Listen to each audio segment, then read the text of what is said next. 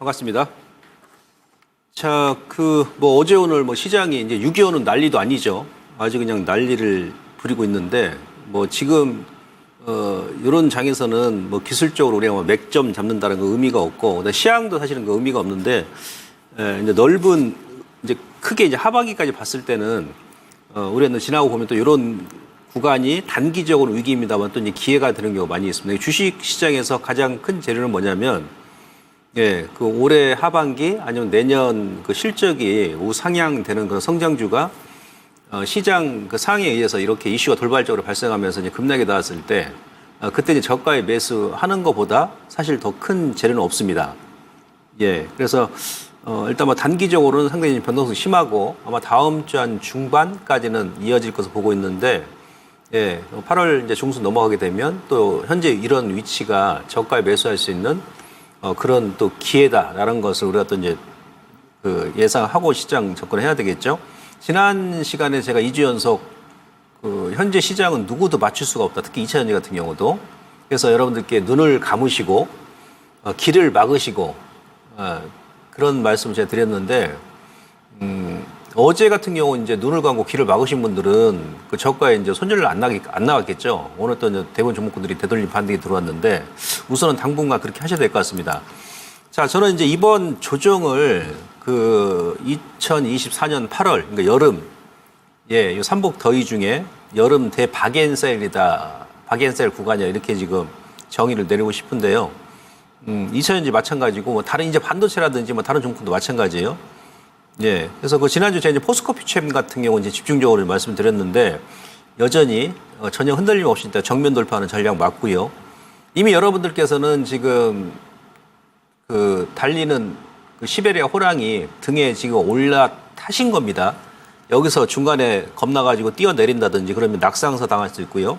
호랑이한테 물려 죽을 수 있습니다. 호랑이 지쳐 쓰러질 때까지 목덜미 잡고 호랑이 가죽 움켜쥐고 전공법을 선택하시면 좋습니다. 그다음에 이제 반도체, 조선, 제약바이오. 조선 같은 경우 제가 눌림 줄 때 여러분들께 이제 보시라고 했는데, 이번이 이제 또 저로의 좀 저점 기회가 아닌가 이렇게 보고 있습니다. 거기에 대한 근거를 제가 다시 한번 하나씩 짚어드리면서, 이번 강의 시작하도록 하겠습니다. 제가 이 그림을 지금 3주 연속씩 보여드리는데, 저는 개인적으로 지금 2차전지 관련 종목군들이 상승의 그 최적의 조건을 만들어 가고 있다 보거든요. 여전히 지금까지도 안 좋게 얘기하고 오히려 이제 반도체는 지금도 이렇게 좋게 얘기합니다. 그렇게 좋게 하는 반도체 같은 경우는 120일선을 이탈시켜버리고 어제 삼성전자 같은 경우는 저 역시도 주식하면서 이런 경 처음 봤는데 지금 IMF도 아니고 금융위기 때는 이 정도 뺀 적이 있습니다. 삼성전자가. 근데 지금까지 삼성전자가 종합지수보다 많이 뺀 적이 없어요. 그러니까 어제 같은 경우는 우리 국내 증시에 신기록이 안 좋은 신기록이 속출했던 그런 날이기도 합니다.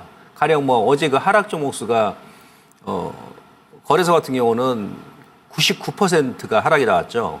코스닥은 코스닥도 반올림 한다 그러면 99%. 그러니까 100종목 있으면 한 개 종목 오르고 나머지 99개가 다 빠졌다는 얘기죠. 이것도 신기록이고. 그다음에 어제 오늘 또 이제 코스닥에서 우리 개인 투자자분들께서 이틀 동안 또 연이어 한 1조 2천억 가까이 코스닥 매도를 했는데 이런 부분도 신기록인 것 같고요. 그러니까 이제 월간 기준 했을 때 이렇게 단기적으로 많이 뺀 적은 거의 없었다고 봅니다. 그만큼 시장이 돌려서 얘기하면 무슨 얘기다? 비정상적인 시장이라는 얘기죠. 근데 이런 가운데서 2차전지 같은 경우는 전 최적의 조건을 이제 만들어가고 있다라고 말씀드리는 이유가 뭐냐면 지금은 이제 오히려 이제 반도체, AA 반도체 캐집 얘기가 나오죠, 서서히. 이번에 이제 하락 나온 건 또 실질적으로 AI 거품론이 제기되면서 지금 급락이 나왔거든요. 근데 2차전지는 이미 이제 1년 전부터 얘기했고 지금 1년이 지난 시점 아니겠습니까? 실적도 제가 말씀드렸듯이 이제 하반기부터는 좋아질 것이고. 금리. 제가 여러분들께 국채 수익률 계속 말씀드렸습니다만 결국 이제 급락이 나오지 않습니까? 금리 빠지니까 좋을 것이고. 자, 환율도 제가 지난 시간에 그랬습니다. 우리나라 원달러 환율이 너무나도 저평가다. 그러면서 그 7월 달까지 인위적으로는 받쳐놓는 듯한. 그리고 여러분들 제가 아카데미라든지 점상 아카데미도 그랬었고 공개방송에서 이제 엔화 여러분들께 사놓으셔야 된다. 그런 말씀 드렸습니다만은 그동안 제가 아카데미에서 얘기했던 그런 시향 내용이 지금 현실에 똑같이 일어나고 있죠. 조선주도 마찬가지였었고. 한율 같은 경우는 지금 결국은 급락이 나오지 않습니까? 기다리니까 인위적으로 그러니까 뺄 자리에서 안 빼고 인위적으로 메이저 세력들이 이렇게 받쳐놓게 되면 결국은 다시 이제 그 데미지가 생긴다는 얘기예요. 급락이 나와버리죠. 인위적으로 또 올리지 말아야 될 자리에서 또 올려버리면 엔비디아 같은 게 그런 게 아니겠습니까? 예, 그래서 엔비디아가 지난번에 고점 찍을 때 그때 주식 매수를 해가지고 올린 게 아니고 제가 그랬지 않습니까? 예, 옵션 매수를 해가지고 주가를 끌어올린 거죠. 그러다 보니까 다시 또 원위치 해버리는 거예요. 예, 그런 구간이고 수급도 지금 이제 반도체 쪽에서 결국은 이제 2차전적으로 아니면 뭐 제약바이오 많이 올랐던 종목군들에서 좀 이동을 하겠죠. 그러니까 제가 보건대는 지금 이런 악재가 이제 1년 넘어가는 시점에서 오히려 예, 이런 내용을 봤을 때는 2차 전지가 이제 앞으로 상승을 위한 그런 아주 최적의 조건을 좀 만들어 가고 있다라고 좀 보고 있습니다. 그리고 이렇게 이제 소위 얘기하면 우리가 태풍이 무조건 인간한테 해로운 건 아니죠. 태풍이 불면서 예, 바다 그냥 밑바닥까지 한번 뒤집어 까가지고 한번 그 고였던 물을 밀어내고 새로운 물이 유입되지 않습니까? 예, 그러면서 이제 플랭크톤이라든지 뭐 미생물 같은 게 새롭게 들어오면서 물고기들도 예, 더 건강해지고 물도 정화되고 깨끗해지고 대신에 이제 우리 인간한테는 그 인명 피해라든지 뭐 재산 피해를 많이 주겠죠.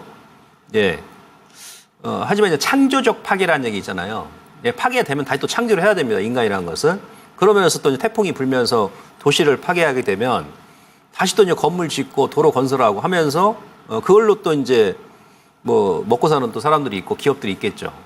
죽어가는 사람이 있는 것. 주식시장이 정글의 법칙과 똑같거든요. 오직 정글의 법칙만이 통하는 겁니다. 누군가는 죽으면 누군가 산다는 얘기죠. 근데 이렇게 태풍이 크게 그것도 지금 뭐 수년 만에 거의 뭐 삼성전자 기준으로 했을 때는 뭐 금융위 때 금융위기니까 뭐 이해를 합니다만 지금도 그것도 아니지 않습니까? 예, 근데 이런 장이 왔을 때는 여기서 안 뺀 종목군들이 있어요. 안 빠진 종목군들. 그러니까 태풍이 막 불어가지고 도시 전체를 완전히 물로 그냥 잠겼는데 거기서 살아나는 사람들이 있습니다. 그죠?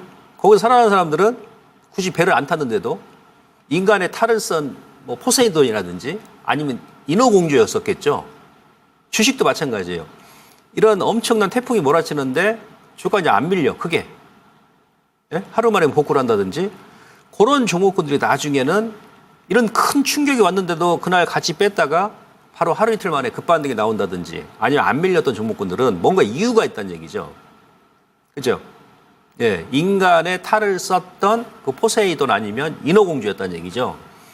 그게 이제 2차 전지가 아마 그런 것 같은데 차트 잠깐 보시면 자, 포스코 PCM 같은 경우도 요때 이제 음봉으로 툭 저점 깼을 때 전전주였습니까? 증권사에서 그냥 목표가를 그냥 마치 기다렸다는 듯이 하향 조정하면서 주가를 밀었는데 일주일 만에 다시 또 그 고점 위에까지 올라왔었어요.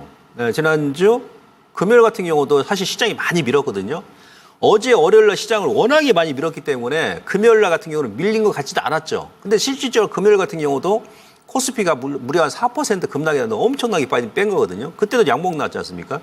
어제 음봉으로 밀었다가 오늘 다시 또 이제 살려주는 이런 센스. 그 다음에 이제 그 LG 에너지 솔루션. 이 기업 같은 경우도 그죠?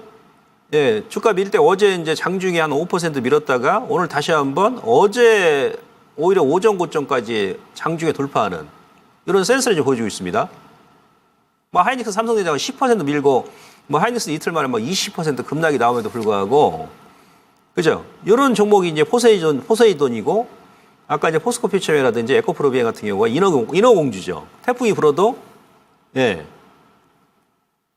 물에 안 빠지지 않습니까? 에코프로비엔 같은 경우도 지난주 금요일 날인가요? 그 주가가 그렇게 빠졌어도 4% 많이 빠졌는데 금요일 같은 경우 2차전에 대부분 양봉이었었거든요. 이거는 이제 무슨 얘기? 둘 중에 하나겠죠. 그래 나는 지금까지 1년을 뺐기 때문에 이제 수족이 다 끊어졌어. 수족 다 끊어지고 어제 같은 경우는 그나마 남아있는 게 이제 몸통하고 머리만 남았었는데 어제 같은 경우는 몸통까지 그냥 끊어버렸죠. 머리만 남은 거, 머리만. 머리만 남았는데 무슨 의미가 있어. 그런 거죠. 그만큼 맞을 만큼 맞았다는 얘기, 뺄 만큼 뺐다는 얘기죠. 시장이 뭐 10% 밀든지 뭐 20% 밀든지 나는 1년 동안 내리 그냥 두들겨 맞았어.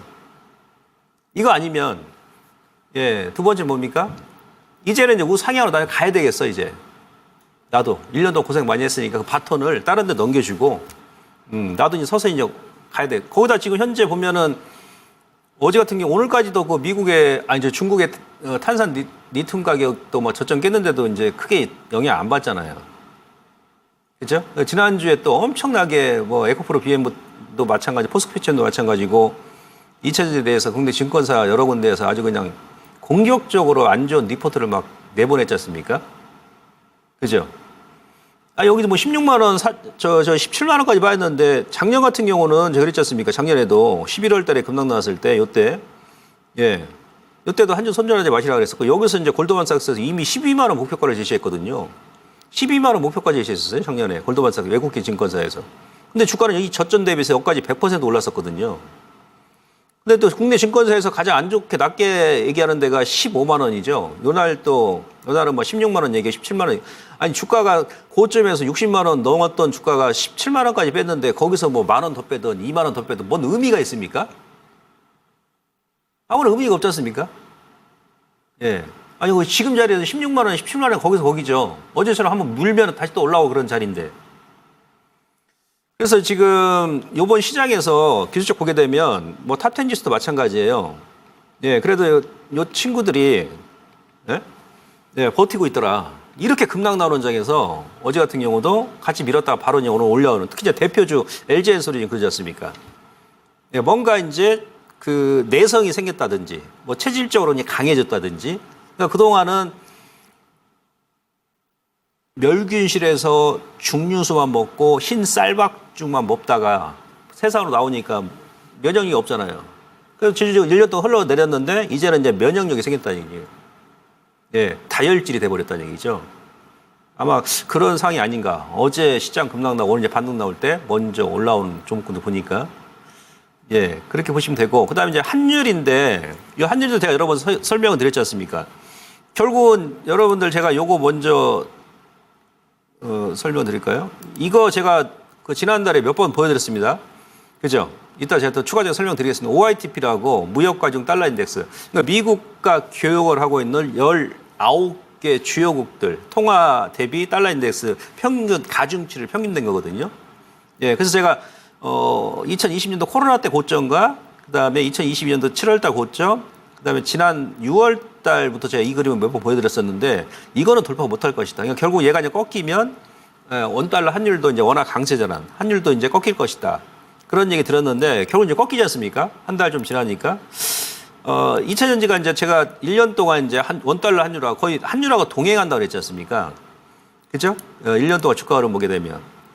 그래서 환율, 여기 이제 환율인데 환율이 원화가 강세일 때는 그때 같이 움직이고 원화가 약세일 때 같이 흘러내리고 이런 식으로 동행하면서 움직이죠. 여기서도 마찬가지. 근데 지금 보면은 어제 그제 원달러 환율이 급락이 나왔잖아요. 워낙 강세전환 됐지 않습니까? 강세전환 됐는데 네, 주가는 지금 그 자리죠, 사실은. 결국 이게 지금 벌어지고 같이 동행해서 움직여야 되거든요. 그러니까 저는 개인적으로 원달러 환율은 이미 이제 고점이 나왔다 봅니다. 뭐 달러 인덱스를 보든지 아니면 뭐 엔캐리 자금 최근에 이제 형성이 되고 있는데 그것도 제가 이제 아카데미에서 여러 번 말씀드렸습니다만은 결국 이제 엔캐리 자금 엔화 이제 고점 찍고 좀 밀지 않습니까? 그러면 이제 우리 원달러 환율 같은 경우도 왜냐하면 또 이제 2분기는 국내 GDP 성장률이 마이너스 2% 기록했습니다만은 3분기하고 4분기에는 또 이제 플러스권 유지하면서 뭐 내년 이제 뭐 상반기까지 다시 이제 우상향 기조를 그려 나갈 거 아니겠습니까? 네. 그래서 2차전지도 결국 이제 환율하고 이제 동행할 수밖에 없다라고 일단 말씀드릴 수 있겠고요. 그 다음에 지금 포스코 피치엠도 마찬가지예요. 요번에 또 빨 때 보게 되면 오늘 같은 경우도 사실은 이제 2차전지 같은 경우도 외인들이 좀 많이 주워 담았습니다. 기관 쪽도 마찬가지고. 예, 부정적 리포트 막 지난주까지 엄청나게 막 쏟아냈습니다만은 그러든가 말든가. 예, 우리 그냥 정면 돌파하는 거예요. 원달러 환율이 지금 급등 나왔는데 지금 뭐 포스코 피치 같은 경우도 지금 현재 그 자리죠. 그 자리입니다. 이런 식으로 이제 환율이 좀 올라가면 피치엠도 이제 시간을 가지고 움직이죠. 예. 근데 지금 밑에 보시면 요건 이제 외인들의 지분율이라고 했죠. 외국인들 지분율이 1년 만에 작년 12월 달 저점 대비해서 거의 배 이상 늘었거든요. 지분율이. 주가는 지금 현재 이 자리예요. 그래서 이제 외인들이 지금 가장 많이 물려 있다. 에코프로도 마찬가지고 에코프로 BM도 마찬가지고. 에코프로 BM 같은 경우는 이제 요 대목에서 그 신의 한수 이제 거래소 이전 날짜를 딱 확정 발표하게 되면 상당히 금상첨화인데 거기다 플러스 뭐 정부에서 금투세 뭐 유예던 뭐 폐지던 그거까지 또 내주면 상당히 좀 좋고. 그죠? 그러니까 에코프로 비행 같은 경우는 거래소 이전하기 전까지는 무조건 들고 가는 거죠. 예? 예. 여기저기 막, 왜냐면 여러분들 제가 계속 그랬지 않습니까? 그렇다고 지금 2차 전지 지금 손절하고 나서 반도체 들어가 봐야 수익 안 난다고 그랬잖아요. 몇 번 얘기했죠? 예.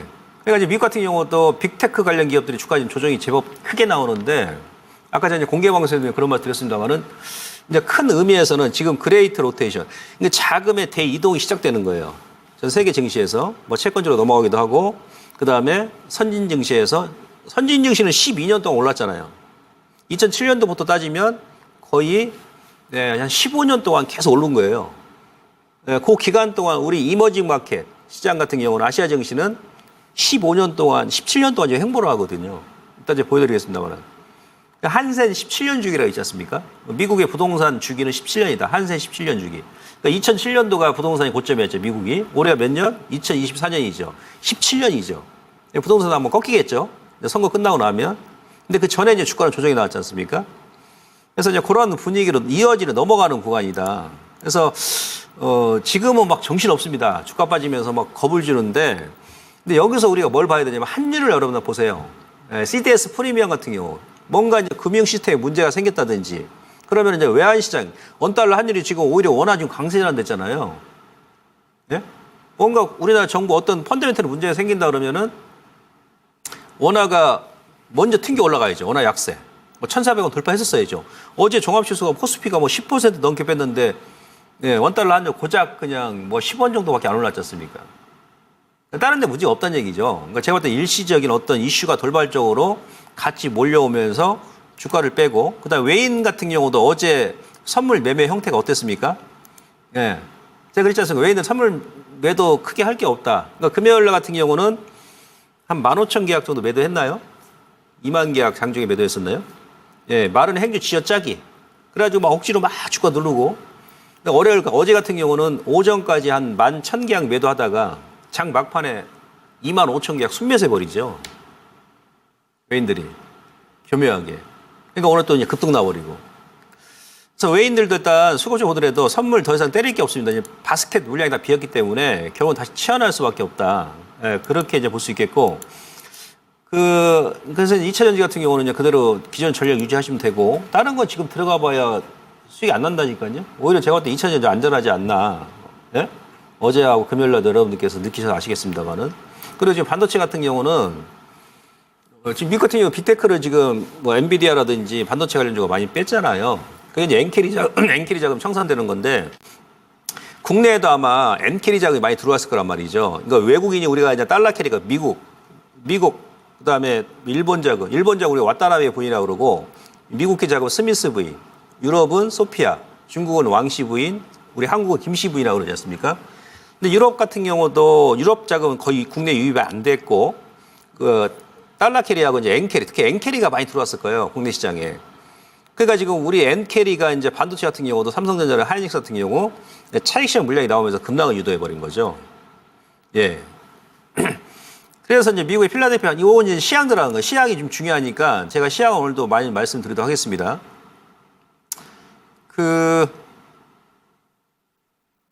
잠깐만요. 지금 요 그림 보시면은 이건 필라델피아 반도체 ETF입니다. 반도체 ETF. 장기 로고 핵심인데, 예, 지난주 후반에 여기서 이제 붕괴를 해버렸죠. 그러니까 작년 12월 달에 저점 주고 나서 이 트렌드에 맞게 움직였어요. 근데 올해는 5월 달인가요? 5월 초에 이제 여기서 저점 주고 다시 한번 터닝 나오고, 예, 여기서 항상 이 추세선 상당히 고점에 얻어맞았지 않습니까? 그죠? 요때, 그러니까 제가 4월 달 정도, 4월 달 우리나라 이제 코스닥 반도체, KRX 반도체 지수는 4월 달에 사실 고점이 나왔어요. 미국 선발이니까 이제 고점이 그다음 5월 달, 뭐 7월 때 나왔습니다만은.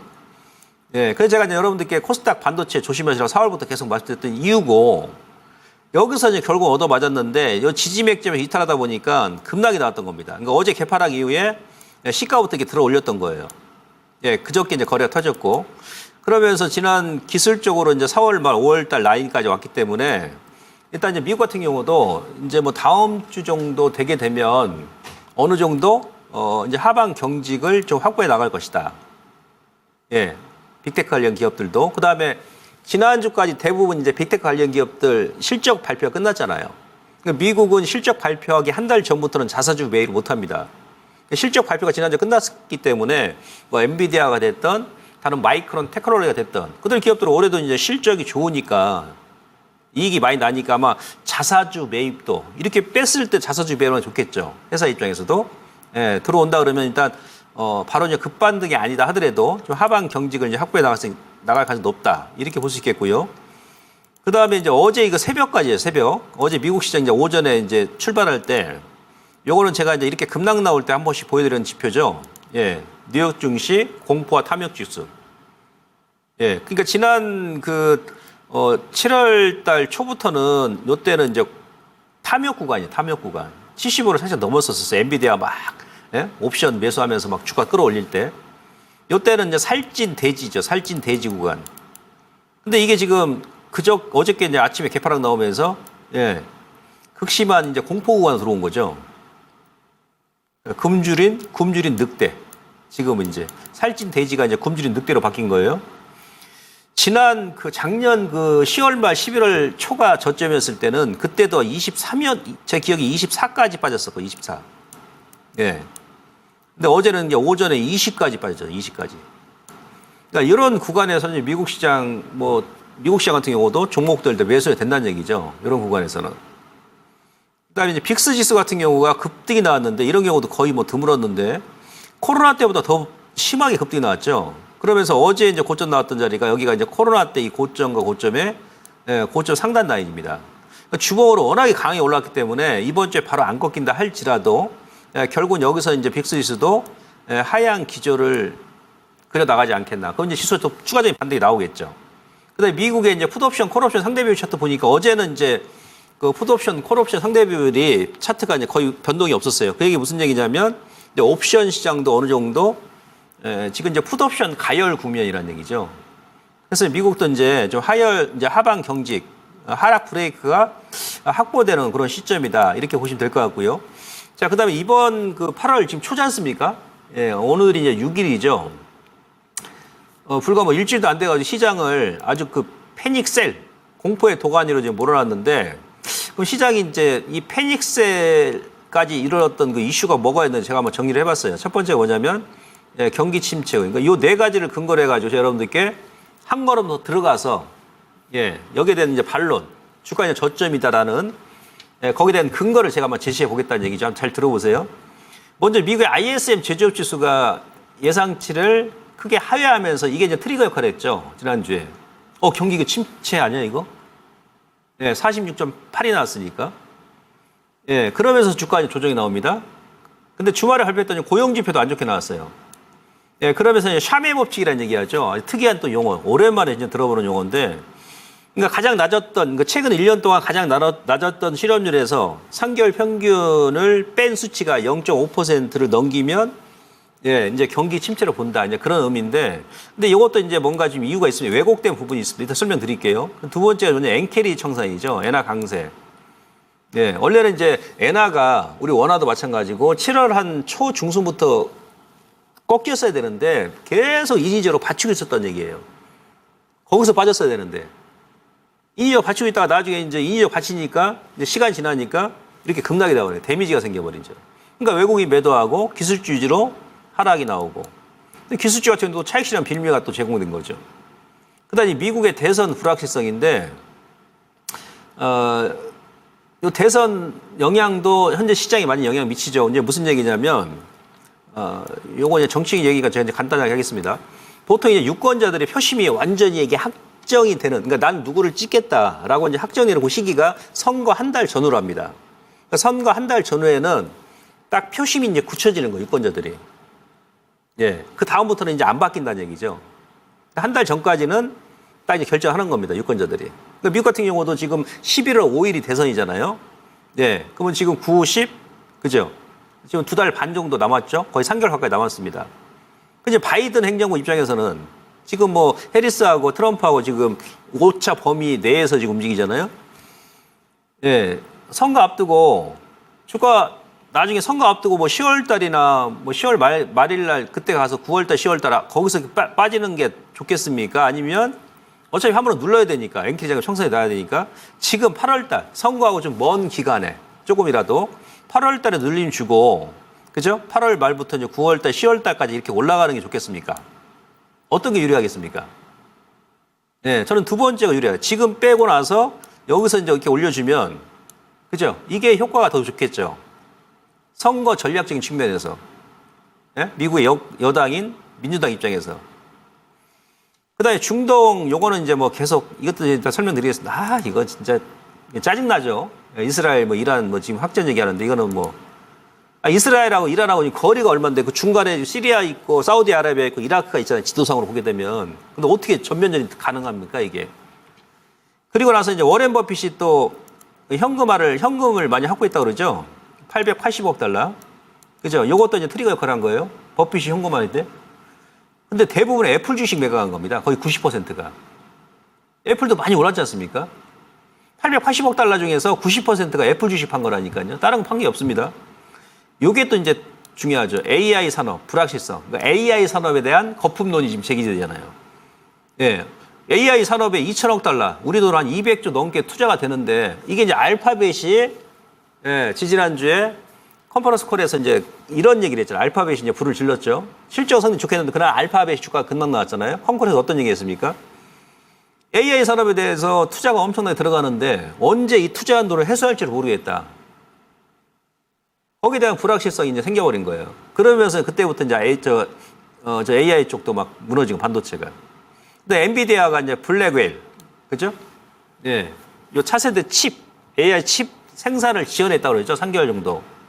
예. 수요처에서 일단 지원해달라고 요구해가지고. 그러다 보니까는, 이거 뭐야? 왜? 지금까지도 그렇게 AI, 상반기 때 AI, 눈만 뜨면 AI. 예? AI 있지 않습니까? 근데 갑자기 지원한다고 그래? 근데 이쪽에 또 이제 캐짐 얘기 나와버리죠. 거품론 얘기 나오고. 그러다 보니까 또 삼성전자 하이닉스가 거기 또 직격탄을 맞는 거죠. 이렇게 돼버린 거예요. 자, 그럼 이렇게 요게 이제 대표적인 내용인데 요거 이제 하나씩 들어가서 좀 빠르게 가겠습니다. 시간이 30분이죠. 자, 먼저 이 ISM 제조업 지수 안 좋게 나왔지 않습니까? 자, 미국 같은 경우는 제조업이 10% 전체 GDP 대비 차지하는 게 제조업이 10%고 그다음에 서비스업이 네, 소비 국가니까 70%죠. 그죠? 예, 제조업이 10%밖에 안 됩니다. 이 중에서 이제 뭐 자동차 산업 일자리가 그나마 가장 많죠. 자, 7월 달에 제조업 지수가 그 46.8인가 나왔어요. 작년 7월 달도 최저였죠. 이거 계절적인 효과죠. 보통 이제 휴가를 많이 가잖아요. 또 미국 같은 경우는 휴가를 가면 또 오래 가고, 보통 장기적으로 많이 가고. 예, 그 다음에 이제 7월 달에 뭐 허리케인 불어가지고, 텍사스 쪽에 이제 막 정전이 발생하고 막 그런 영향도 있었죠. 실업률도 마찬가지입니다. 예, 아무튼 8월 달, 9월 달은 다시 또 우상향. 연말에 이제 조금 주춤하다가, 예, 또 1분기 때 이때는 어땠습니까? 이때는 3월 달은 제조업 지수가 너무 좋게 나오니까, 이거 뭐야? 제조업 지수가 19개월 만에 50이 넘었네. 기준치 50을 넘었어, 이때. 그때는 시장에서 어떻게 해석했습니까? 이 경기가 너무 좋아가지고 이 물가 안 빠지는 거 아니야? 연준에서 또 금리 인하를 또 낮추는 거 아니야? 그래서 뺐죠, 이때는. 근데 지금은 또 제조업 지수가 안 좋으니까 또 뭐라 그래요? 이거 뭐야? 이 경기 이제 진짜 이거 침체 국면에 들어가는 거 아니야? 그러면서 또 빼요. 귀에 걸면 귀걸이, 코에 걸면 코걸이. 근데 지금 하반기 미국의 제조업, ISM 제조업 전망 어떻게 하고 있습니까? 네? 상당히 지금 50 이상을 지금 기대하고 있잖아요. 50 이상을. ISM 서비스업 지수는 어제 미국에 오전부터 이제 반등 나왔던 이유가 뭡니까? 미국이란 나라는 제조업은 10%밖에 안 되는데 서비스업 70%니까 서비스업이 더 큰 작용하죠. 물론 우리나라 같은 경우는 이제 그 뭐 하이닉스라든지 제조업, 미국의 ISM 제조업 지수가 안 좋게 나오면 이게 우리나라의 대표적으로 이제 가장 중요시하는 그 지표거든요. 수출하는 기업들은. 예, 그래서 이제 하이닉스, 삼성전자가 예, 좀 주가가 많이 빠진 이유도 있습니다만. 근데 어제 발표했던 미국의 서비스업, ISM 서비스업 지수는 6월 대비해서 엄청나게 증가했죠. 그죠? 그래서 어제 미국이 다우는 아래 꼬리 준 거고, 나스닥은 아침에 개파락 나왔다가 쭉 들어 올린 겁니다. 그러면서 코뿔소에 뿔이 나온 거죠. 근데 이제 서비스업 지수 같은 경우도 현재 전망은 하반기에도 좋고, 내년, 예? 뭐 1분기까지 좋게 지금 보고 있지 않습니까? 예, 이렇게 지금 보고 있고, 그러니까 뭐냐, 결국은 둘 중 다 좀 하다는 얘기예요. 둘 중에 제조업 지수, ISM 제조업 지수가 지금 7월달, 작년 7월달은 뭐 좋게 나왔습니까? 일시적으로 안 좋게 나왔다 해가지고 여기서 경기 침체론을 얘기하는 것은 너무 이르다라고 말씀드리면서 실업률로 넘어갑니다. 자, 실업률 같은 경우도 자, 미국 같은 경우는 지금 전체 실업률은 4%죠. 이번에 발표한 게 4.3이 나왔습니다. 지난달은 4%였었고 4.3. 0.3% 증가한 거죠. 그다음에 오른쪽에 청년 실업률 같은 경우는 9.1이 나왔어요. 예, 청년 실업률은 9.1이 나왔습니다. 중국 같은 경우 여러분들 전체 실업률 지금 몇 프로입니까? 중국이 5% 넘어요. 전체 실업률이. 예? 청년 실업률은 중국이 13%입니다. 13%. 13%. 미국은 9.1이에요. 청년 실업률이. 전체 실업률 4.3이고. 너무 지금 학대해서 하는 것 같아요. 그러면서 뭐 샤메 법칙 얘기하지 않습니까? 근데 이것도 좀 약간 왜곡된 부분이 뭐냐면 샴이라는 사람도 어제 그런 얘기 했지 않습니까? 이번에 실업률은 약간 왜곡된 부분이 있다. 뭐 때문에? 7월 달에 허리케인이 불어가지고 텍사스 지역에 뭐 정전도 발생하고 피해도 많이 생겼잖아요. 거기 현재 그 바이든 정부 같은 경우는 이민자가 또 많이 증가를 했잖아요. 지금 트럼프가 계속 얘기하는 게 이민자, 이거 가지고 계속 공격하죠. 민주당을. 네. 네, 그런 왜곡된 수치가 좀 많이 들어가 있다는 얘기죠. 근데 지금 실업률 같은 경우도 전망치를 보게 되면 다음 달까지 좀 늘었다가 다시 하반기에는 줄어들 전망이죠. 청년 실업률도. 예, 무엇보다도 중요한 것이 저는 이제 월별 해고자 수를 이걸 중요하게 보거든요. 이거 매월 발표합니다. 미국 기술, 그러니까 IT 기업들. 테크 기업들 월별 해고자 수가 1월 달에 가장 많았어요. 4만 5천 명이었습니다. 1월 달이. 네? 예, IT 기업들이 많으니까 미국은. 근데 여기는 또 이제 거의 정규직이 많잖아요. 정규직이. 뭐 파트타임이라든지 그런 데가 없지 않습니까? 네. 4월 달에 이제 두 번째로 많았죠. 이때는 뭐 때문에 그랬습니까? 테슬라가 한 2만 명 정도 해고했잖아요. 그래서 3만 4천 명 늘었죠. 예, 그 다음에 3월, 5월 달에 좀 줄고 6월, 7월 달 해고자 수가 급감했지 않습니까? 예. 8월 달이 지금 8월 5일인데 8월 초인데 근데 15,000명이네 벌써. 요거 때문에 조금 놀란 거예요. 아니, 지금 8월 초인데 지금 15,000명이야? 그럼 8월 말까지는 얼마나 또 해고자가 많이 늘어날 거야? 근데 이거는 인텔 때문에 그러죠, 인텔. 인텔이 이번에 실적이 안 좋게 나왔죠. 거의 다 인텔입니다. 인텔에서 이번에 심각한 구조조정합니다, 직원들. 인텔도 이제 테슬라처럼 테슬라 4월 달에 구조조정 하고 나서 거기가 바닥이었잖아요. 예. 인텔 때문에 그렇습니다. 인텔 때문에. 전체 이제 IT 기업들 해고자 수는 사실은 계속 감소 추이다. 그다음 오른쪽 보시면 GDP 성장률이죠. 예, 2분기 우리나라 같은 경우는 2분기 GDP 성장률이 마이너스 0.2 대한민국은. 미국은 2.8입니다. 우리나라 같은 경우는 2분기 GDP가 0.2% 나오니까 슈팅이 나와버렸던 거야. 종합지수가. 예? 그래서 지금 조정이 나오는 그런 구간에서 아까 이런 돌발 악재가 나와서 더 밀었던 거고요. 미국 같은 경우는 2.8이 나왔으니까 올해는 또 연중에 최고치입니다. 2분기가. 3분기에는 한 1.2, 4분기는 1.7. 그러니까 보통 이제 우리 경기 침체를 얘기할 때는, 논할 때는 적어도 GDP가 2분기 연속, 2개 분기 연속 이렇게 마이너스 나왔을 때, 이게 경기 침체 아니야? 이렇게 얘기하거든요. 예? 지금은 다 플러스입니다. 미국 같은 경우는 GDP 성장률이. 낮아지긴 합니다만은, 예. 내년 뭐 상반기까지도 플러스는 유지하는. 근데 2분기에 워낙에 좋게 나왔으니까 이미 이제 그게 또 반영이 된 게 아니냐라는 가운데서 3분기에는 이제 줄어드니까 일부 차익 매물이 나오는 가운데서 아까 이런 내용 때문에 지정학적 리스크 돌발적으로 막 굵어지면서 밀었던 것이죠. 이렇게 보고 있습니다. 자, 그 다음에 이제 엔캐리죠. 엔캐리. 예, 제가 이제 공개 방송에서 말씀드렸습니다. 지금까지 일본 니케이 지수 같은 경우는 2012년도부터 계속 이렇게 2012년도 아베노믹스 때부터 여기서 이제 엔화를 윤정기로 찍어가지고 막 남발했잖아요. 엔화를. 미국에서 허용해 준 것도 있습니다만 오바마 정부 때부터. 그래서 일본 니케이 지수는 12년 동안 계속 올랐어요. 그럴 때 우리 코스피 지수는 계속 횡보만 했죠. 횡보하다가 코로나 때 잠깐 올랐다 다시 원위치. 중국도 마찬가지. 이 엔캐리 자금은 달러 캐리보다 그 규모가 더 크다고 하지 않습니까? 그 규모가 너무 크니까 어느 정도인지 모르는데 가늠 못한다고 그러지 않습니까? 예. 여기서 이제 원래 이제 얻어가진 거예요. 이게 엔캐리 자금. 이게 엔캐리 자금 청산이 나오는 겁니다. 저항 구간이었어요. 예, 원래는 한 6월 정도에 얻어맞고 밀었어야 되는데 계속 연장해 온 거야. 그러니까 뚝 떨어져 버린 거야. 밀릴 자리에서 밀었어야 되는데 그래야 단계적으로 이렇게 서서히 미는데 한 달 넘게 계속 인위적으로 끌어올리다가 이제 한 번에 딱 털어버리니까 그냥 급락이 나와버린 거죠. 예. 그래서 아마 엔화는 앞으로도 계속 강세는 될 것이다. 뭐 상대적으로 달러 약세는 되고 원화도 강세는 될 것이죠. 이번 시장 가장 중요한 게 환율입니다. 제 시간관계상 환율과 그다음에 CDS 프리미엄 그 추이는 다음에 제가 한번 보여드리겠습니다만은 예, 뭔가 문제가 생겼다. 금융 시스템에 문제가 생겼다 그러면 예, 환율이 먼저 튕겨 올라갑니다. 미국 같은 경우도 세인트루이스 뭐 은행, 대형은행 스텔스 지수라든지 그다음에 하이힐드 채권 스프레드 뭔가 금융 시스템에 문제가 생긴다 그러면 그런 지표에 먼저 튕겨 올라가거든요. 예. 근데 뭐 하이힐드 채권 스프레드 같은 경우도 거의 뭐 그 자리입니다, 지금. 그래서 요거는 이제 뭐 일시적인 그런 좀 약간 감에도 너무 시장이 지금 놀란 게 아니냐. 예. 그렇게 보고 또 이렇게 해야 이렇게 또 시장을 빼야 이런 것도 외국인들이 잘하잖아요. 예? 국내적으로 보게 되면 시장 막 빼니까 당장 어제 오늘 무슨 얘기 나옵니까? 빨리빨리 금투세 그냥 유예를 하든지 폐지하세요. 예? 예, 그런 이제 우리 개인 투자자들의 열망이 지금 막 계속 불타오르죠.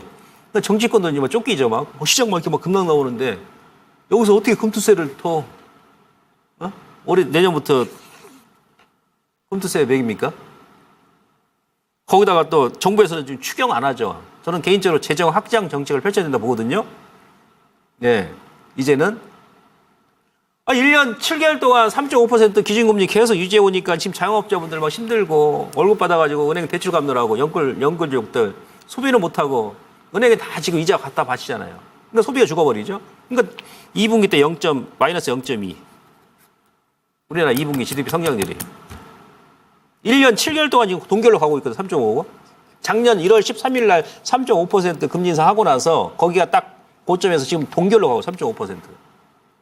물가 지금 많이 안정이 됐지 않습니까?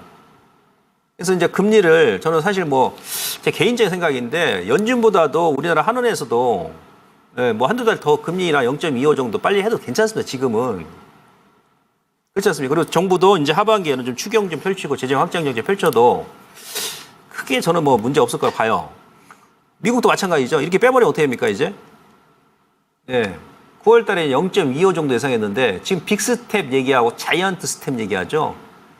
0.25가 뭐야? 지금 시장이 빠졌는데 최소한 0.5를 하든지 0.5, 0.1 두 번 하든지 0.5, 0.7을 하든지 빅스텝, 자이언트 스텝 밟아 나가야 될 거 아니야. 파월 당신 때문에 지금 금리나 원래 7월 달에 FOMC 회의에서 했어야 되는데 안 해가지고 시장이 이렇게 빠진 거 봐봐. 이렇게 만들어버리죠. 외국인들이. 그죠? 예. 그런 또 이제 긍정적인 효과도 있습니다. 아무튼 엔캐리가 일단 1차 청산은 끝났다는 얘기죠. 예? 엔캐리. 예. 그러니까 엔캐리가 그동안 시장을 막 끌어올린 거예요. 선진 증시를. 나중에 이제 시간 나면 요건 제 아카데미에서 계속 그동안 말씀드렸던 내용인데 8월 달에 제가 아카데미 하면은 더 자세한 얘기 말씀드리도록 하겠습니다. 그 다음에 요건 제가 여러 번 말씀드렸죠. 예, OITP. 예, 요것도 일단 딱 제가 예상했던 고점 찍고 나서 미니까 이제 환율은 예, 우리나라 원달러 같은 경우도 이제 제자리를 찾아갈 것이다. 워낙 강세를 얘기하는 겁니다. 그러면 이제 우리나라 같은 경우는 엔캐리가 이제 워낙 이렇게 강세를 하게 되면 엔화가 상대적으로 우리하고 일본하고 경쟁 국가 아닙니까? 치고받고 모든 산업이 다 그렇잖아요. 반도체, 그죠? 화학, 철강, 기계, 2차 전지, 그죠? 자동차부터 해가지고 현대기아차 최대 숙적은 누굽니까? 도요타요. 도요타 주가는 계속 올랐잖아요. 지금 12년 동안. 현대차, 기아차는 이제 올해 이제 밸류업 얘기하면서 그동안 계속 밀다가 올 연초부터 이제 상반기까지 오른 한 6개월 오른 거죠. 그죠? 그럼 엔화가 강세가 안 되게 되면 우리나라 기업들은 수출 경쟁이 생기겠죠. 중국도 마찬가지고. 일본 같은 경우도 이제 수출 기업들이 그동안 12년 동안 예, 아주 그냥 뭐 호조세를 보였는데 이제 그게 저물어 가고 있다는 얘기예요. 그래서 우리나라 기업들한테 나쁠 게 없죠. 그렇지 않습니까? 다 경쟁 기업이잖아요. 철강도 마찬가지. 포스코 같은 거 지금 막 엄청 막 밀었잖아요. 예, 우리나라 포스코 대표적인 경쟁 기업이 일본의 신일본 제철, 자동차 도요타, 반도체, 2차전지 뭐 예?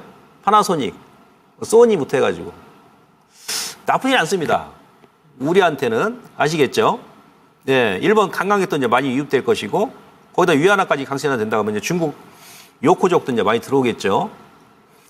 자, 그 다음에 이제 수급적인 부분인데, 그 외인들이 어제 아주 드라마틱한 그런 막말로 이제 뭐 삼루 쇼설을 어제 만들었죠. 예, 드라마를. 여기서 원래 이제 반등 구간인데 여기서 인적을 빼버린 거예요. 선물을. 금요일에 한번 밀고. 그죠? 어제 장중에 오전까지 11,000계약 때리다가 장 막판에 여기서 25,000계약을 매수해버립니다. 외인들이. 선물을. 근데 지수는 그냥 푹 빼버린 거죠. 우리 개인 투자자는 놀라야 다 손절해버리고, 코스닥 같은 경우는. 더 이상 선물 매도할 게 없어요. 외국인들 입장에서는. 제가 봤을 때는. 근데 만약에 이제 지수를 더 빼고 싶어. 선물 때린 건 없어. 근데 지수를 더 빼. 그러니까 오늘처럼 삼성전자는 반등을 안 주죠. 어제 삼성전자 10% 뺐는데 오늘 반등 나와 1%밖에 안 나와요. 반등이. 005930. 지수를 더 아래쪽으로 더 밀고 싶고, 우리 개인 투자자분들 놀래게, 예? 그렇게 만들고 싶은데 선물 더 매도할 건 없고, 에이, 그냥 삼성전자나 더 눌러버리자. 그러니까 어제 마이너스 10% 빼고, 일본 니케이 지수 같은 경우는 어제 12% 빼고 오늘 10% 급반등이 나왔는데 80%가. 우리 같은 경우는 뭐 반도 못 올라가죠. 코스피 같은 경우는. 근데 조금 더 누르고 싶은 그런 의도가 좀 있다. 외국인들 입장에서는. 이양 조정 나온 거. 그러니까 삼성전자 아침에 조금 올렸다가 다시 또 쭉 밀어버리지 않습니까? 그러든가 말든가. 예.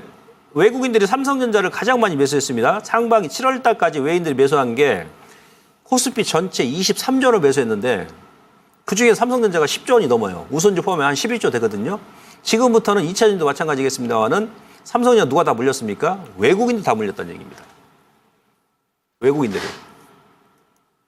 예. 그래서 삼성전자 같은 경우 이렇게 뺄 때 여러분들께서 얼마나 좋습니까, 지금?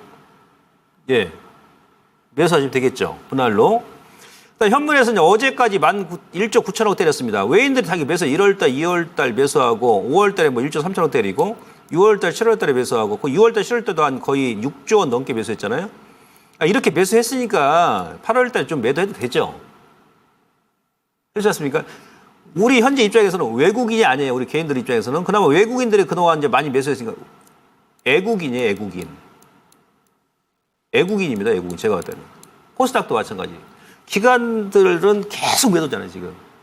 징그리하게 매도합니다. 외국인이 아니고 애국인이에요. 어제 오늘 코스닥 지금 애국인들이 6천억을 넘게 매수하지 않습니까? 아니, 9천억 가까이. 그나마 애국인이. 예. 그나마 그래도, 예? 외인들이 기관들보다는 큰 역할을 많이 해주고 있다. 근데 조금 덜어내도 된다는 얘기죠. 그 다음에 또 이네들 또 휴가 가지 않습니까? 7월달 휴가철이고 보통 보름 한 달 가잖아요. 그런 양도 있고, 그 다음에 이제 밸류에이션, 이렇게 장이 빠질 때는, 제가 지난 1월 달도 그랬었고, 예, 여러 가지 이제 체크를 해드렸었는데, 우리가 뭘 본다?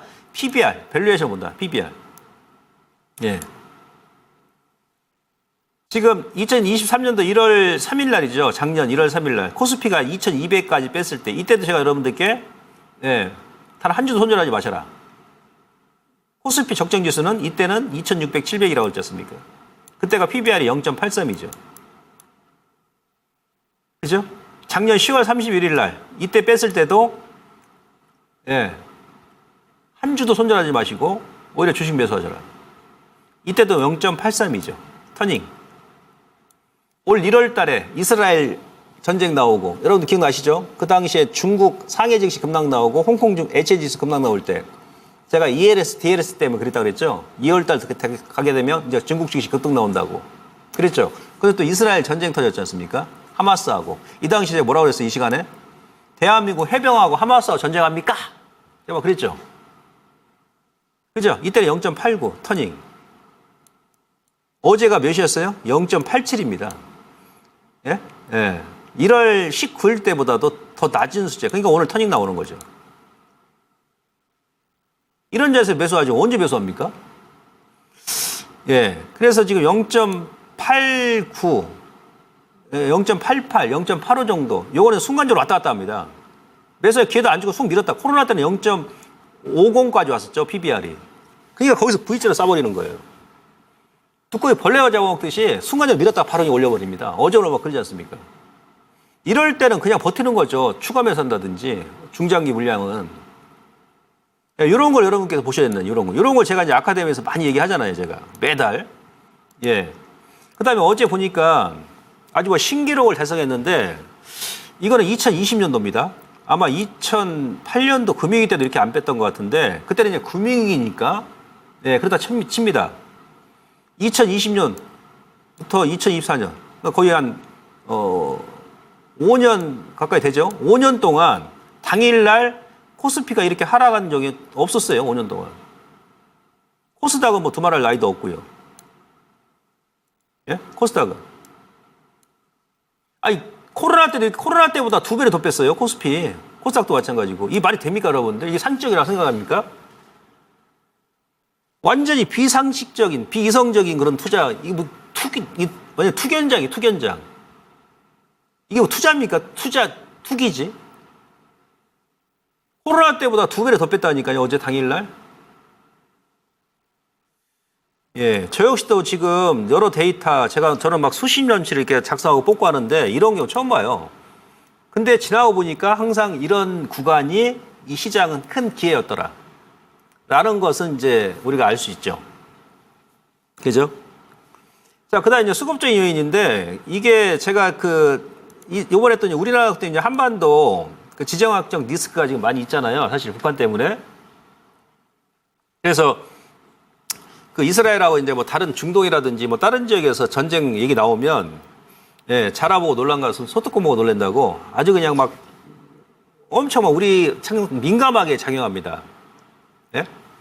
1월 달에도 보세요. 1월 달에 보시면 이때는 다우, 나스닥, 독일, 일본 같은 경우 8% 올랐어요. 지수가 1월 달에. 우리 급락 나올 때. 1월 19일 월중에는 거의 한 코스피 지수가 8% 넘게 빠졌었거든요. 예, 코스닥은 거의 7.8% 밀었고 이스라엘 전쟁 때문에 그다음에 홍콩하고 이제 중국이 미니까 예? 1월 달에 제가 2월 달에 이제 중국 시장 급반등 나온다고 그랬지 않습니까? ELS, DLS 만기 때문에 그랬다고 그랬잖아요. 근데 또 이스라엘 전쟁까지 터졌다는 얘기죠. 1월 달에 그랬지 않습니까? 대한민국 해병하고 하마스 전쟁하냐고. 아니 전쟁 당사 국가는 주가가 2.6%밖에 안 뺐어요. 이스라엘 테라비브 지수는. 근데 우리 코스닥 같은 경우는 놀래가지고 예? 이스라엘 지수보다도 3배 넘게 뺐죠. 자, 그로부터 이제 8개월이 지났습니다. 어제. 다시 한번 보겠습니다. 8월달. 8월달 보니까, 일단 일본 니케이 지수가 한 20% 넘게 뺐죠. 예? 엔켈이 작은 청산. 본고는 송환되니까. 에나 빠지니까 당연히 빠지겠죠. 일본 같은 수출 기업들 막 급락 나오면서. 토요타부터 해가지고 막 수출 관련 기업들. 일본은 이제 제껴두고. 근데 또 일본 또 빠지니까 어때요? 우리 또 어제도 일본 영향 받기도 했습니다. 워낙에 많이 빼니까. 어제 같은 경우 12% 빼니까. 나스닥이 한 10% 뺐죠. 어제까지. 그 다음에 다우지수가 한 5.7%. 독일이 한 8%. 중국과 홍콩도 이번에 안 뺍니다. 안 빼고. 예. 이스라엘 또 전쟁 얘기 나왔잖아요. 지금 이란하고 또 전면전 얘기 나오면서. 이스라엘 테라비브 지수는 5.8% 뺐어. 전쟁하는 1월 달하고 거의 비슷합니다. 근데 우리 코스닥 같은 경우 보세요, 지금. 예, 거의 뭐 3배 가까이 뺐죠. 1월 달 동일합니다. 1월 달에도 그때 또 뭐 전쟁 얘기하면서, 그죠? 이스라엘 지수보다도 더 많이 3배 넘게, 지금도 마찬가지죠. 그죠? 예, 1월 달은 뭐 대한민국 해병하고 하마스하고 전쟁합니까? 자, 이런 얘기 했는데, 이번 달은 뭡니까 또? 예. 이란하고 대한민국 특전사군이 전쟁합니까? 심하죠, 이게. 심합니다. 아무튼 그래서 지금 이렇게 지금 뺀 상태이기 때문에 너무 좀 과도하게 시장이 좀 반응하고 있다라고 말씀드릴 수 있겠고요. 그 다음에 이제 요거 그림 보시면 요거 뭡니까? 예. 이거는 이제 작년에 7월 26일 날, 그 다음에 10월 31일 날, 3개월 동안 이제 낙폭이 가장 컸던 그 기간이었어요. 코스닥이. 이때 이제 코스닥이 21.7% 3개월 동안 뺐고요. 대형주가 28.8% 뺐습니다. 근데 올해는 이제 3월 26일 날이 코스닥이 가장 고점이었어요. 어제가 이제 저점이었죠. 코스닥이 24.3% 뺐고 작년보다 더 많이 뺐죠. 대형주가 25.7%. 대형주는 작년보다 덜 뺐네요. 소형주가 20% 뺐고, 예, 작년 같은 12% 뺐는데 여기서 중요한 것은 코스닥 지수가 작년보다 24%, 올해는 24%, 작년 21%인데 저는 개인적으로 한 40% 뺐다고 봅니다. 뺀 거라고 봐요. 왜 그러냐면 작년 같은 경우는 2차 전지가 고점에서 쏟아지는 구간이었거든요. 쏟아지는. 예? 2차 전지가 처음 7월 달에 고점이었잖아요. 7월 26일이 2차 전지가. 그때는 이제 막 대형주, 에코프로 BM, 에코프로 B, 에코프로, 그 다음에 막 2차 전지 LNF부터 해가지고, 예, 거기 고점에서 쏟아지는 구간이었어. 작년에는. 예. 근데 28.8% 뺐는데, 3개월 동안. 올해는 이제 2차 전지가 많이 뺐잖아요, 미리. 빠진 상태였습니까? 예. 그걸 감안하게 되면 실질적으로 지금 실질적인 충격은 24%가 아니고 최소 30% 넘게 뺀 거예요. 코스닥이. 물론 이제 반도체가 그 역할을 많이 하긴 했어요. 예. 여기 중요한 것은 고점 대비 지금 4개월 만에 30% 넘게 뺐다. 수치상은 24%인데 피부적으로 느끼는 건 최소 40%뺀 겁니다. 여기서 여러분들 매도해야 되겠습니까? 네? 여기서 손절해야 되겠습니까? 수적 다 잘리고 어제 같은 경우 몸통까지 그냥 떨어져 나간 상태에서 머리만 남았는데 살아서 무슨 의미가 있겠냐고요. 눈을 감고 귀를 막는 여기서 누가 맞춥니까? 오로지 우리가 분석한 데이터를 의지하는 수밖에 없어요. 어떤 사람이 이런 장에서 맞추냐고요. 예, 믿는 거라는 거는 우리가 직접적으로 분석해가지고 예? 예, 대응하는 것이 가장 현명하다. 근데 지금 보면은 오늘 이거 보세요. 수급적으로. 자, 코스닥이 로고 핵심입니다. 이게. 로고 핵심이고 어제 오늘 수급을 제가 지금 딱 이렇게 보여드리는 거예요. 어제 오늘. 이틀 동안. 여기서 원래 코스닥이 여기서 지지맥점이었죠. 세 번째 지지맥점이었어요. 여기가. 여기서 1차 지지맥점, 예, 2차 지지맥점 터닝, 여기 3차 지지맥점에서 여기 돌렸어야 되는데 살짝 이탈하고 나서 거기서 급락을 시켜봐요. 여기 매물 공백존이다 보니까. 예, 그래서 기술적으로 요 마디만큼, 그 다음 트렌드 하단에서 어제 이제 여기서 아래 꼬리가 주고, 예, 오늘 반등이 나온 겁니다. 근데 어제와 오늘의 이틀 동안, 투자 주체별 매매 추이를 보게 되면 외국인이 아니고 제가 애국인이라고 그랬죠, 애국인. 우리 개인들 입장에 지금 현재 애국자예요, 애국자. 이틀 동안 9천억을 매수합니다, 9천억을, 코스닥에서. 여기서 끝난 장 같은 9천억 매수하겠습니까? 그다음에 기관 투자자들도 이제 어제 오늘 한 2,400억 매수합니다. 우리 개인 투자자분들은 우에서 엄청 매수했죠, 우에서 엄청 많이 매수했어요. 근데 어제 오늘 또 이제 그 우에서는 그렇게 많이 매수하더니 어제 오늘은 또 1조 거의 1,700원 또 매도하시잖아요, 이거. 이거 무슨 얘기입니까? 수급적으로 봤을 때도 내동매매를 하고 있다. 내동매매를 하고 있다. 이런 데이터를 자세히 분석하게 되면 이거 매수네. 이런 뉴스에 빠졌고 지금 정기지표 이렇게 하는데 이거 매수네 오히려. 아니 홀딩이네. 그냥 가져가면 되겠네. 변동수 있으니까 좀 기다렸다가 좀 가져가면 되겠네. 내동매매가 하고 계시다는 얘기예요, 지금. 시장에 흔들려서 매매하고 있대요. 심리가 좀 붕괴했다는 얘기예요. 내일은 어떻게 됩니까? 오늘 미국이 올라가죠. 내일 아침에 오르면 내일부터 개인 투자자도 매수 들어옵니다. 그럼 내일 이제 매수 들어오면 어떻게 됩니까? 다시 한번 누르겠죠. 왜? 외바다 오늘 안 보내겠죠. 예. 지금 내동매매 하시면 안 됩니다. 그래서 제가 여러분들께 내동매매를 차라리 하느니 눈을 감고 귀를 막으시라는 얘기예요. 저를 믿지 마세요. 신봉마이도 믿지 마십시오. 누굴 믿습니까? 지금 시장에서. 제가 여러분들께 보고드린 데이터를 믿으시라는 얘기예요. 이게 당장은 눈에 이게 안 박힙니다. 당장 바뀌어버리면 제가 얘기하고 당장 바뀌어버리면 다 돈 벌죠. 문제는 뭐냐면 한두 달, 2, 3개월 지나야 이게 바뀌어버리니까. 그래서 주식은 좀 중기적인 투자를 해야 되고 지난 시간에 얘기했습니다마는 예, 이 투자의 세계에서 돈을 버시는 분들은 간이 크고 엉덩이가 무겁고 엉덩이가 무거우면 안 된다고 그랬죠. 엉덩이에 질겨야 됩니다. 무겁고 질기고 군살이 배겨야 돼요. 진짜예요.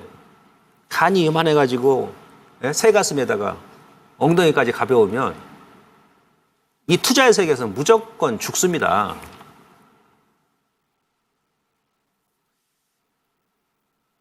그래서 제가 이제 눈을 감고 귀를 막으시라 이렇게 말씀드린 것이고 정리 들어가죠. 그러면 예, 양증시 패닉셀 구간이다. 여름 대박연세 구간인데 다음 달 중반까지는 변동성이 심하니까 조금 여러분들께서 타이밍 조절하시고요.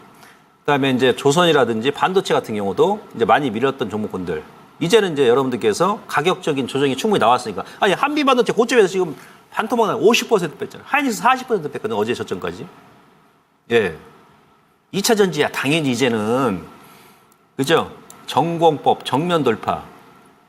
2차 이번 장에서 태풍이 몰아치는 이 구간에서 온 도시를 바닷물이 삼켰는데 지금 보니까 포세이돈이고 인어공주였다는 얘기죠. 삼성전자. 예. 외국인들이 제일 많이 산 겁니다. 조선주하고 조선기자재 이제 흔들었으니까 좀 보시고 제약바이오네 요번에 보시면 되고 단지 이제 약간 변동수 있으니까 단기 및 중기 물량을 구분하셔가지고 투트랙 전략으로 접근하시면 된다는 얘기입니다.